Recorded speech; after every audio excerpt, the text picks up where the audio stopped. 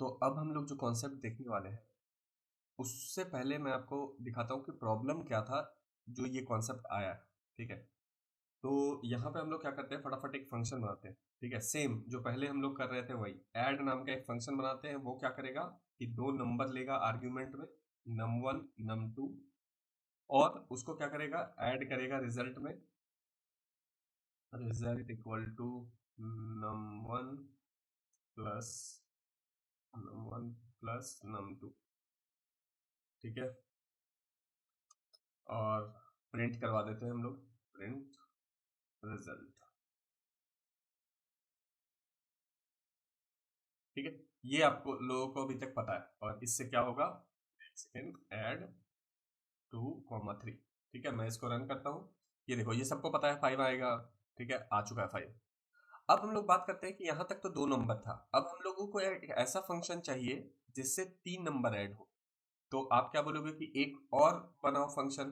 ठीक है, हम लोग क्या करेंगे, यहाँ पे एक और फंक्शन, इसी को मैं क्या करता हूँ, कॉपी करता हूँ और यहाँ पे पेस्ट करते हैं, और यहाँ पे दे देंगे num3। अब इस फंक्शन का नाम चेंज करना पड़ेगा क्योंकि दो फंक्शन एक जैसा नहीं हो सकता। तो इसको हम लोग कर देते हैं add_3, कि मतलब 3 नंबर ऐड करना है, और यहाँ पे भी add_3 कर देते हैं। यहाँ पे हम लोग कर देते हैं प्लस num3। ठीक है, और यहाँ पे एक और नंबर पास कर देते हैं 5। और अब मैं इसको अगर रन करता हूँ तो ये देखो आ गया 10 आ गया। इसी तरीके से अगर हमें 4 नंबर चाहिए होगा तो आप कहोगे कि फिर से एक फंक्शन बनाओ। बट सोचो कितने फंक्शन हम लोग ऐसा बनाएंगे। हमें मान लो पता ही नहीं है कि यूजर कितने नंबर ऐड करना चाहता है। कैलकुलेटर में देखो वो आपसे पूछता तो है नहीं कि एक नंबर ऐड करना चाहते हैं, 2 नंबर ऐड करना चाहते हैं। वो आप जितना नंबर दोगे वो ऐड करते जाएगा। ठीक है, तो मान लो हमें एक ऐसा फंक्शन बनाना है जिसमें हमें पता ही नहीं है कि कितना आर्ग्यूमेंट पास होने वाला है। उसमें एक भी आर्ग्यूमेंट पास हो सकता है, 2 भी हो सकता है, 3 भी हो सकता है, 4 भी हो सकता है, अनलिमिटेड हो सकता है। तो मत समझ, कहने का मतलब है कि डायनेमिक हो गया यहाँ पे आर्ग्यूमेंट। डायनेमिक का मतलब क्या हुआ कि जितना मर्जी वो यूजर आर्ग्यूमेंट पास कर सकता है और आपको उसको हैंडल करना है। तो वो कैसे होगा, तो वही कॉन्सेप्ट अभी हम लोग सीखने वाले हैं। तो उसके लिए सबसे पहले मैं ये हटा देता हूँ। ठीक है, यहाँ पे ये फंक्शन का नाम हटा देंगे, यहाँ से भी हटा देते हैं। ठीक है, ये देखो ये एक फंक्शन अभी हमने डिफाइन किया, डेफ ऐड नाम का एक फंक्शन डिफाइन। इसके अंदर अगर आपको अनलिमिटेड या कह लो डायनेमिक आर्ग्यूमेंट पास कराना है तो आपको क्या करना है, स्टार दबाकर और कोई भी नाम दे देना है इसमें। मान लो आप यहाँ पे नम देते हो। ठीक है, स्टार नम। तो अब क्या हो गया कि ये अनलिमिटेड पैरामीटर्स या आर्ग्यूमेंट पास हो सकता है इसमें। ठीक है, अब देखो, अब बात ये है कि देखते हैं हम लोग ट्राई करके। तो मैं यहाँ पे कुछ नहीं करता हूँ, मैं प्रिंट कर देता हूँ। प्रिंट क्या करेंगे, नम, सिर्फ नम प्रिंट करना है। ठीक है, वो स्टार नहीं, स्टार क्या है, एक काइंड ऑफ नोटेशन है कि यहाँ पे डायनेमिक पैरामीटर पास हो रहा है। अब सिर्फ मैं नम को प्रिंट करवा के देखता हूँ कि क्या हो रहा है। तो मैं यहाँ पे ऐड नाम का एक फंक्शन कॉल करता हूँ और एक पैरामीटर पहले पास करते हैं। ठीक है, एक आर्ग्यूमेंट पास करते हैं 2। अब मैं इसको रन करता हूँ तो ये क्या प्रिंट हुआ, 2 प्रिंट हुआ। अब मैं 2 पास करता हूँ, 2 और 3। अब मैं रन करता हूँ तो आप देखो क्या होगा, 2 और 3 आ गया हमारे पास।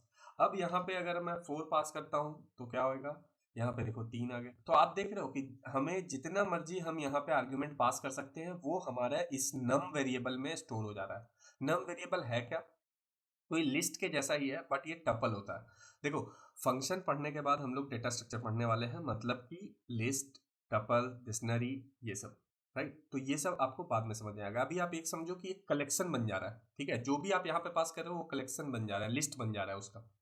राइट, और लिस्ट टपल में क्या डिफरेंस होता है ये आगे समझेंगे। ये है टपल, ये लिस्ट नहीं है, लेकिन लिस्ट और टपल में ज़्यादा कोई खास डिफरेंस नहीं होता, बस टपल को आप चेंज नहीं कर सकते हो। राइट, ये आगे हम लोग सब कुछ पढ़ेंगे। तो अभी इतना टेंशन मतलब, अभी बस इतना जानो कि इसमें क्या हो रहा है, सारा लिस्ट एक जगह पे हमें मिल जा रहा है। अब अगर मैं आपको बोलूँ कि एक एक करके हमें वो नंबर चाहिए तो क्या कर सकते हैं, तो हम लोग क्या करेंगे, फॉर लूप लगा देंगे। फॉर लूप कैसे लगेंगे, फॉर एन इन नम। ठीक है, ऐसे फॉर लूप चलाते हैं, मतलब नंबर में जितना भी लिस्ट में नंबर है हमारा, उसको एक एक करके एन नाम के वेरिएबल में पास करो। और उसके बाद अब हम लोग क्या करेंगे, प्रिंट कर देंगे, प्रिंट एन। अब देखो, अब मैं रन करूंगा तो क्या होगा, यहाँ पे आ गया, एक एक करके आया, 2 पहले, 2 फिर 3 फिर 4 आया। ठीक है, तो इस तरीके से हम लोग एक एक वेरिएबल को एक्सेस कर सकते हैं। अब बात करते हैं कि अब हम लोग को ऐड करना है, कैसे ऐड करेंगे। तो उसके लिए हम लोग सबसे पहले क्या करेंगे, यहाँ पे एक वेरिएबल बनाएंगे रिजल्ट इक्वल टू दे देते हैं 0, अगर हर जगह 0 पास हुआ है तो यहाँ पे भी, और फॉर लूप के अंदर हम लोग बस लिखेंगे result equal to n, result plus n, ठीक है। और फॉर लूप खत्म होने के बाद, मतलब फॉर लूप देखो ये खत्म हो गया फॉर लूप, राइट। अगर इंडेंट रहता तो फॉर लूप के अंदर रहते हम लोग, तो इंडेंट बाहर आ गए तो इसका मतलब फॉर लूप खत्म। अब यहाँ पे हम लोग प्रिंट क्या कर सकते हैं, रिजल्ट प्रिंट कर सकते हैं। मैं यहाँ पे स्पेस छोड़ देता हूँ ताकि आप लोग को पता चले कि फॉर लूप खत्म हो गया है। अब मैं यहाँ पे रन करता हूँ, अब देखो क्या आया, 9 आ चुका है। अगर मैं बस 2 और 3 पास करूंगा तो क्या आएगा, 5 आएगा, 5 आ चुका है। अब अगर मैं यहाँ पे 5 पास करता हूँ और फिर 7 पास करता हूँ, अब देखो इन सबको ऐड करके वो रिजल्ट देगा 17। ठीक है, तो अब जितने मर्जी आप यहाँ पे नंबर्स पास कर सकते हो, उन सब का सम हो जाएगा।